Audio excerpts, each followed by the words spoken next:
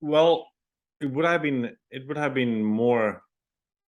worse if Tottenham scored a couple of more own goals in my mind. But the way that they played, the way they kind of were demolished from the first minute onwards, from a squad which is vying for a Champions League spot, it was amazing to watch. The demolition, the the the the execution, and the level of finishing that they could have done. Welcome to another episode of Sports with Munga. It's a match review after Newcastle. As you see behind me here, Newcastle demolish Spurs 6-1. And that's happened. And that has happened. Wow. Fellaini got his squad wrong. Like, there's a lot of things I can start off with how the team has been set up, how Tottenham had to make changes after their defeat to Bournemouth. There was a different vibe altogether. The game was very different, right?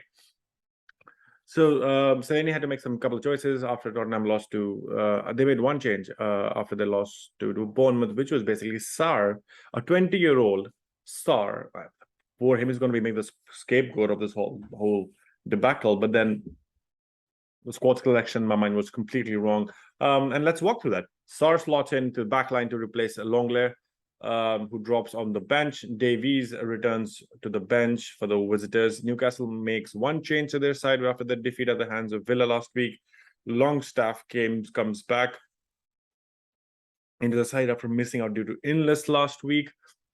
And he replaces Anthony Gordon, who drops to the bench. Wilson and Almiron are also on the bench. And from the off for House men.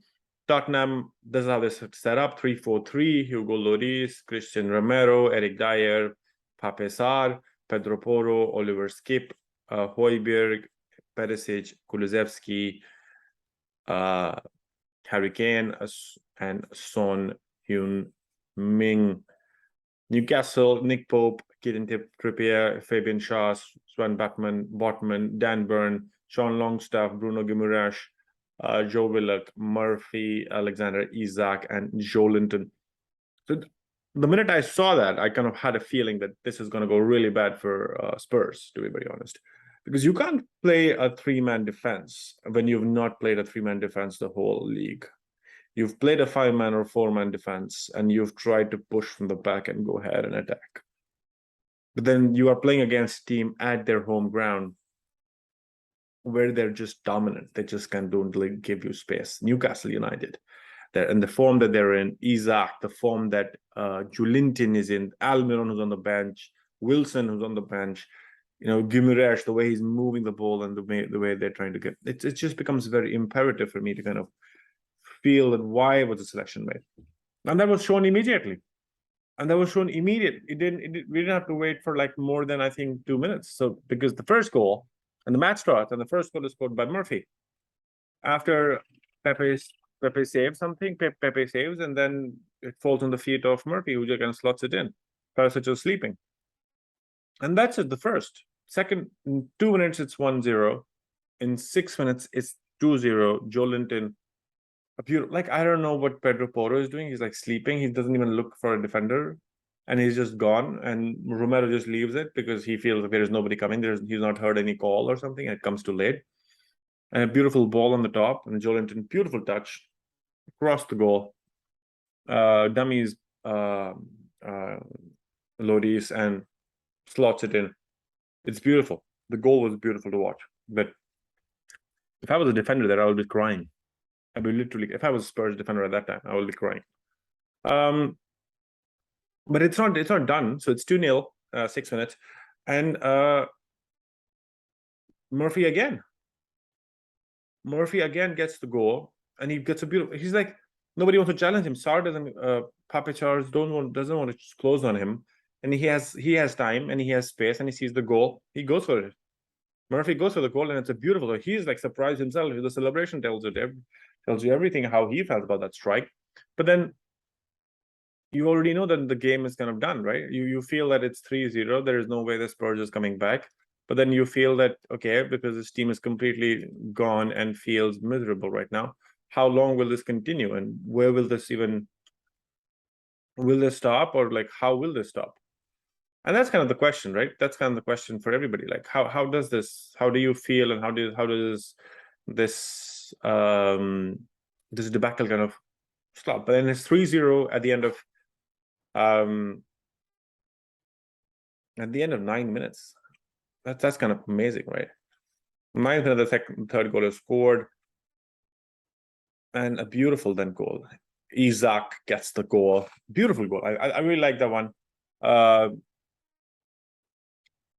The ball from Willock is just beautiful, like across the fit, like outside of his boot, curls it in. Perfect run for Isak. He's running in, cuts through Lloris and scores. It's 4-0 at the end of 19 minutes. But that's not done. Because in the 21st minute, 2 minutes from there, Isak scores his second goal, which basically is like, it's amazing. Yeah. He just can't stop. Isak just gets the ball and just kind of smashes it against for Lord. There's no chance that he can save it. So it's 5-0 at the end of 21 minutes. That's kind of where the game is. Seleni is forced to make a change because he feels Saar has not been doing it, but then the whole team has been struggling. They've not played. The Spurs have not been playing football. They've been just getting the ball out of part of their net. That's all that they've done. They've not been able to push up. They're not able to kind of find momentum. Anything. They didn't do anything. And that's what happens. Saar is Sanchez. They become more defensive. That's pretty interesting. But then they're able to hold Newcastle for some time till the first half. So it's 5-0 at the end of first half. Hugo Lloris, that was pretty interesting. Hugo Lloris is then subbed out for Foster. That's kind of interesting to see that, are they kind of saying that the goalkeeper could have saved more? Or he was a captain, and what could have been done. But then that's kind of what's happened. And then Kane does what Kane does. He gets one back. He just kind of completely plays with Shah, who's lost the ball completely on how to kind of go about it, and he's able to just score it. Like, beautiful goal from Kane to kind of get some level of cognizance for the Spurs fans. But then it's too late again, because then comes the attack. Isak is on a hat-trick, Murphy's on a hat-trick. Both are then substituted for Almiron and Wilson.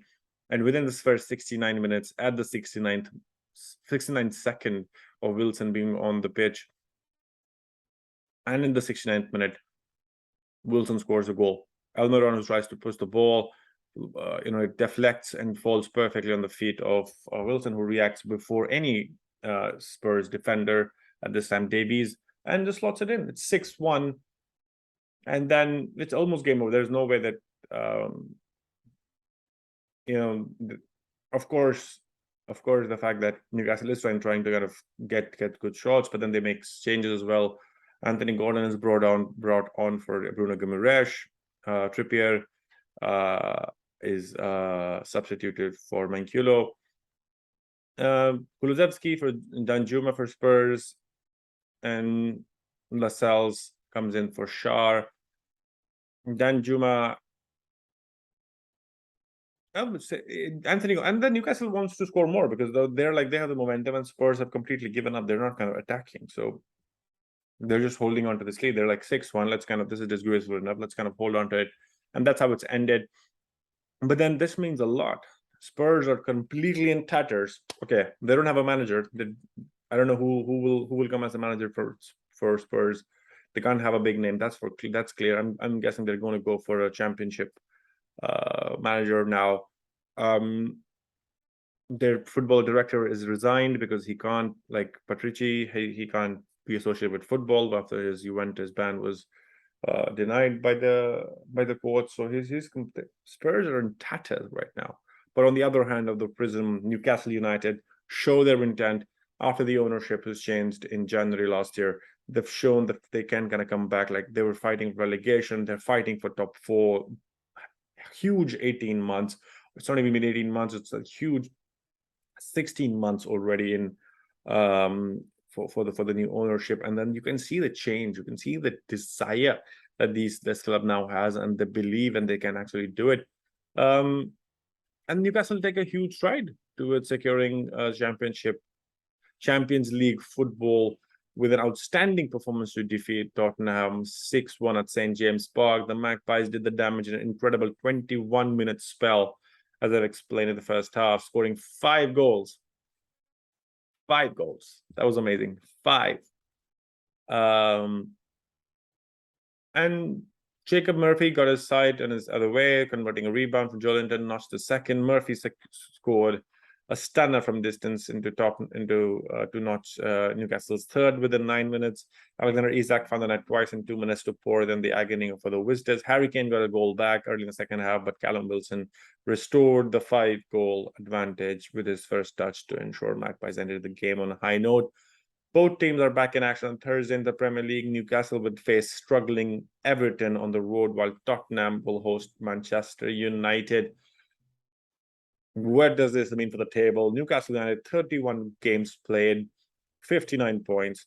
Manchester United, 30 games played, 59 points. Tottenham Hotspurs, 32 games played, 53 points.